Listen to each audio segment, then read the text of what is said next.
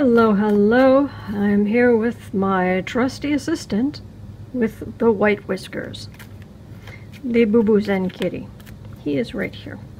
Alright. Is the 2020 US presidential election going to be stolen?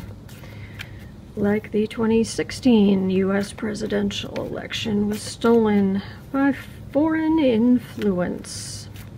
By the way, anyone who says that Obama should have done more about the 2016 election, please remember that it was, guess who? Moscow Mitch, who wouldn't sign off on Obama making public that the Russians were trying to influence the election.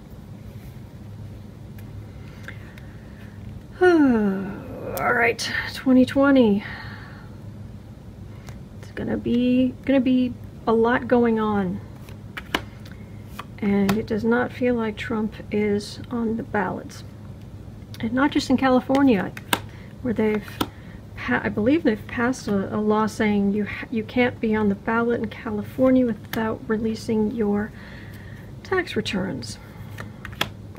So that's millions of votes that Trump can't get.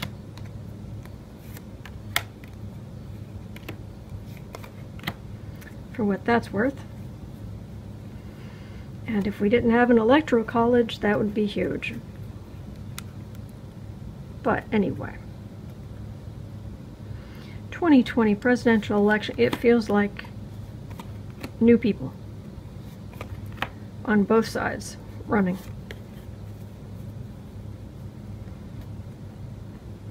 Yep, to be king of the world. Are you king of the world, kitty? Yes, he is. He is king of the world. He is king of the cuteness. In the past, yeah, it was vindictive theft by Putin.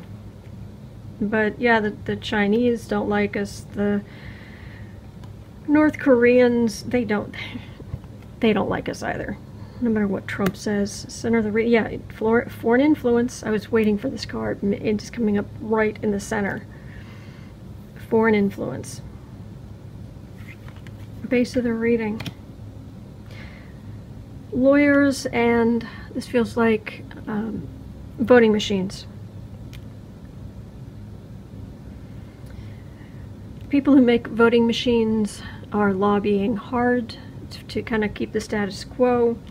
And there are a surprising number of politicians who are on boards or who are partial owners of companies that make voting machines. Of course there are, because nothing, what could go wrong?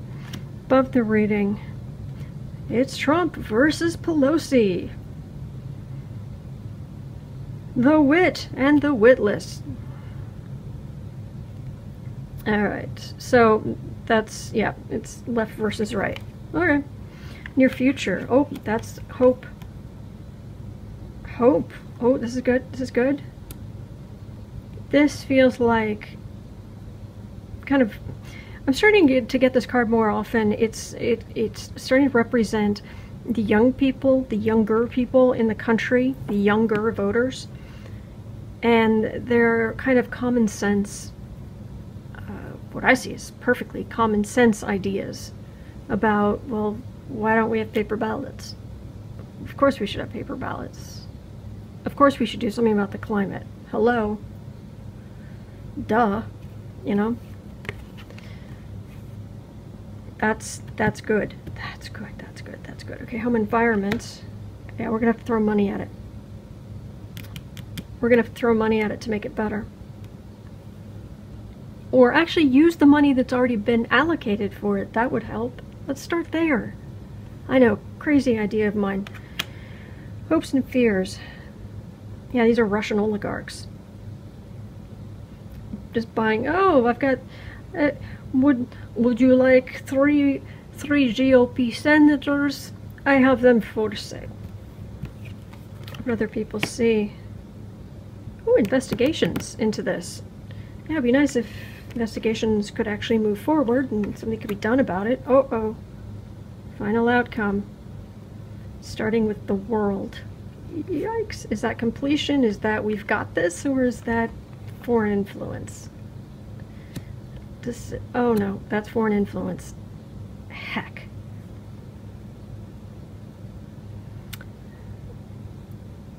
Despite very good intentions, world influence, us having to make decisions about what to believe, what not to believe, but we're sort of blind when it comes to voting because things being put out that aren't real, or yeah, that's not good.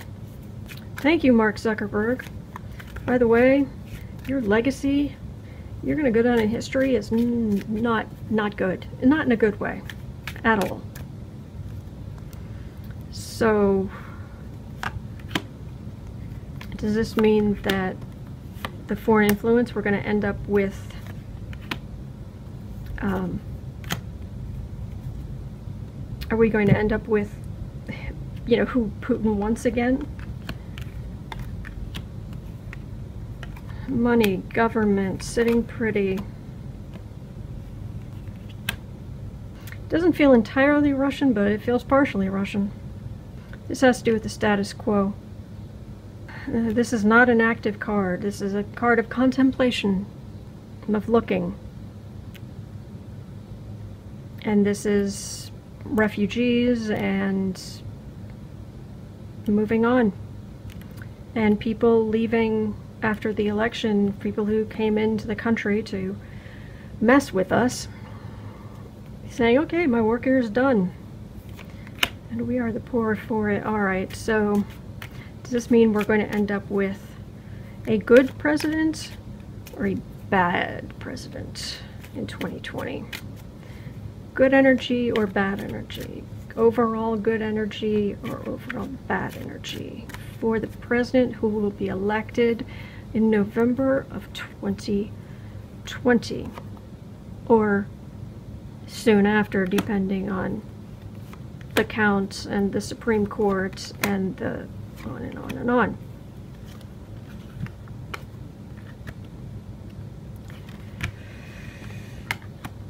Actually, this feels like a lot of negativity being unseated. That feels like finance reform, actual movement on things, messages, actual communication. Oh my gosh, this is actual, like, closer to actually having a government that governs. That does feel like the worst of the worst being, like, kicked out. That doesn't feel bad at all. What about the presidency in particular? Because I don't know that really feels like just across the board, but what about the presidency in particular?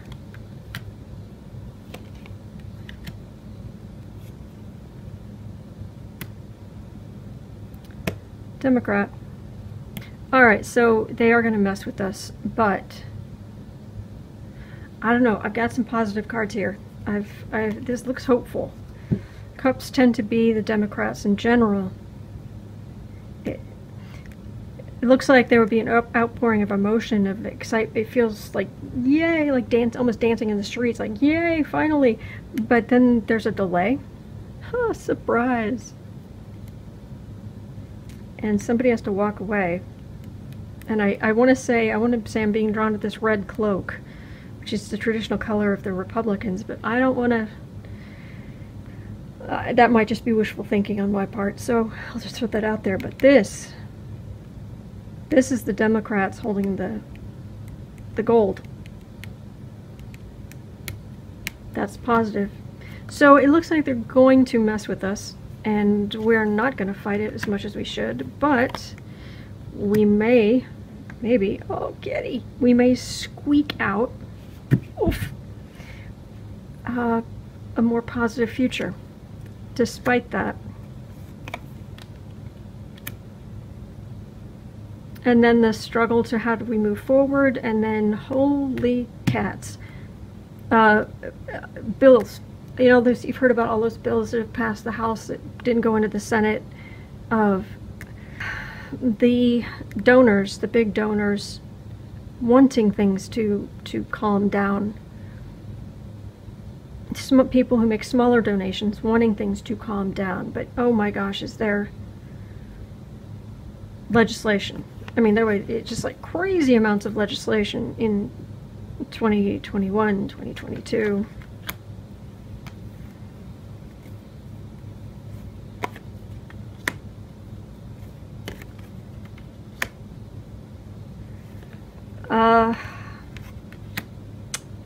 Okay, I'll just say this. It might be wishful thinking because it's a little too good to be true.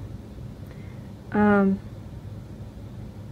my personal way of thinking, but this is what it feels like. It's what it looks like. I'll just tell you this, but please keep in mind, there is a chance my bias is kicking in here. This really feels like the GOP is damaged almost beyond repair. They're just done, especially once the sword of truth comes out. Once the real truth comes out.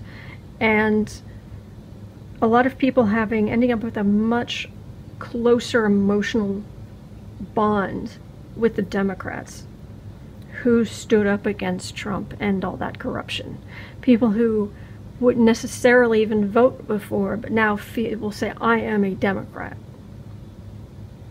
Because being a Democrat is being anti-Trump. And being against all that garbage. So that's what I'm feeling, that what's going to happen to the GOP here? 2 more cards. Yeah. You're toast. You're toast. Yeah, and you're going to have to... basically, all those people who left the party, you need to get them back. And that's going to be... it's going to take time. And it's going to... yeah, this next election, it's not going to go well. And then they're going to have to start looking at younger people. They're going to have to start taking on some beliefs onto their platform that are, I don't know, not draconian, that are actually care about human beings, are actually common sense, like fighting climate change. They're still going to wave the flag, but this next election, the 2020 election for the GOP, not great. Not great at all. Very upsetting. There are going to be a lot of unhappy Foxen friends. A lot of unhappy Foxy friends. Very unhappy Foxy friends. Ooh.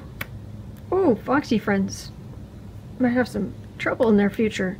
That feels like. Yikes. Okay. Well, but I guess we'll wait to... here we've read the book. I guess we'll wait to see the movie. Alright. Well, thank you so much for watching. I really appreciate it. And thank you so much to my patrons. I'm so grateful. Alright. Hang in there. Things are going to get better. There are good days ahead. Alright. Thank you.